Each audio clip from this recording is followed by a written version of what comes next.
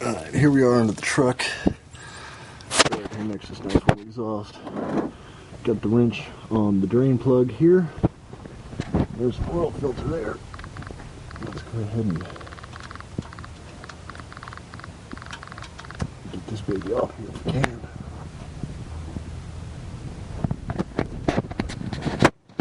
Let's see if I can set that there. There we go. Now you want to be careful as you're coming loose. Get your pan ready. And this is the part that sucks because everything's hot.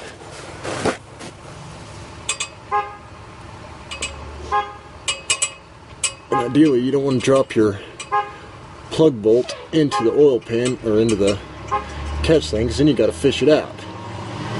Just be very careful, because like I said, it's hot. The exhaust is actually pretty cool by now, so I can set my hand on there.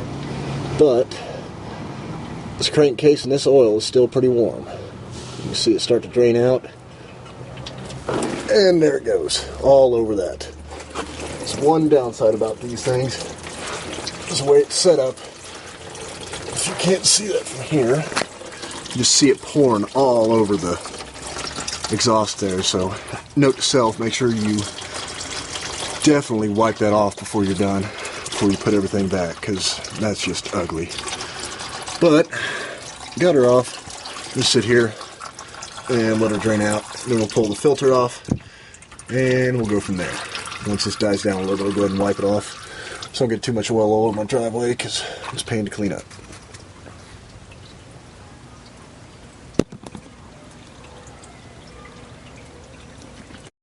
And I almost forgot, you want to check the end of your plug, if it's magnetic anyway, for any metallic fibers or shreds or anything like that.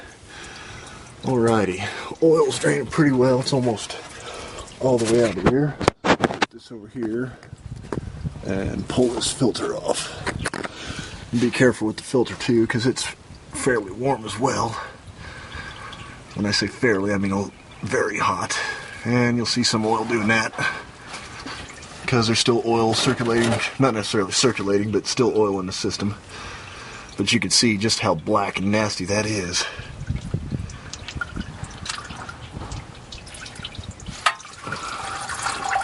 And some people, they'll take a screwdriver or an ice pick or whatever and pop a hole in the bottom of the oil filter. You can do that, or you can just unscrew it a little bit and let it drain like this, either way. Because basically you got all this extra oil in the lines and in the cooler and everything else that's got to come out. So that is some nasty, nasty stuff in there. Oh, let's see if we can get that off to this.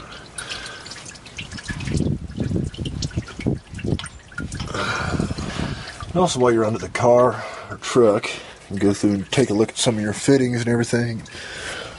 I noticed up here on the front, I need to clean, grease a couple Zerk fittings up on the front and clean that tie rod bar there up, and maybe put a coat of paint on there. Same thing for this cross member up here. Oh. Alrighty. Gosh, that's just coming out.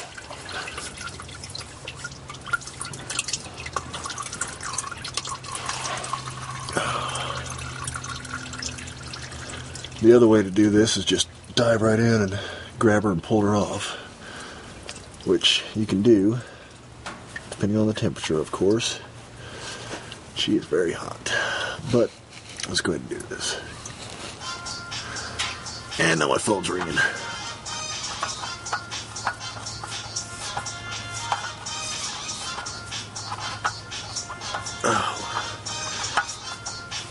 Hold on. Alrighty, unfortunately the other camera died on me, so it's getting a recharge right now. We're going to pull out our Wix filter, come over here and compare it to the other one. Same thing for the most part, but you can see a few little differences here and there. Inside you got different port drainage, same thing. You can see here that this is a single piece design here for the screw on. This is a press fit piece right here. So, you know, it's not very rare, or it's not very common that that piece breaks off, but if you're torquing it down, you can over torque it. But we're going to go over here and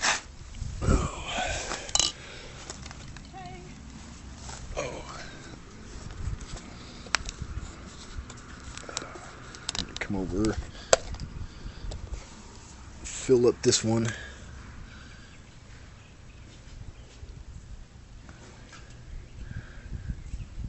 Get some oil on the seal there. Take my finger and dab it across. Alright, man, I'll catch you later.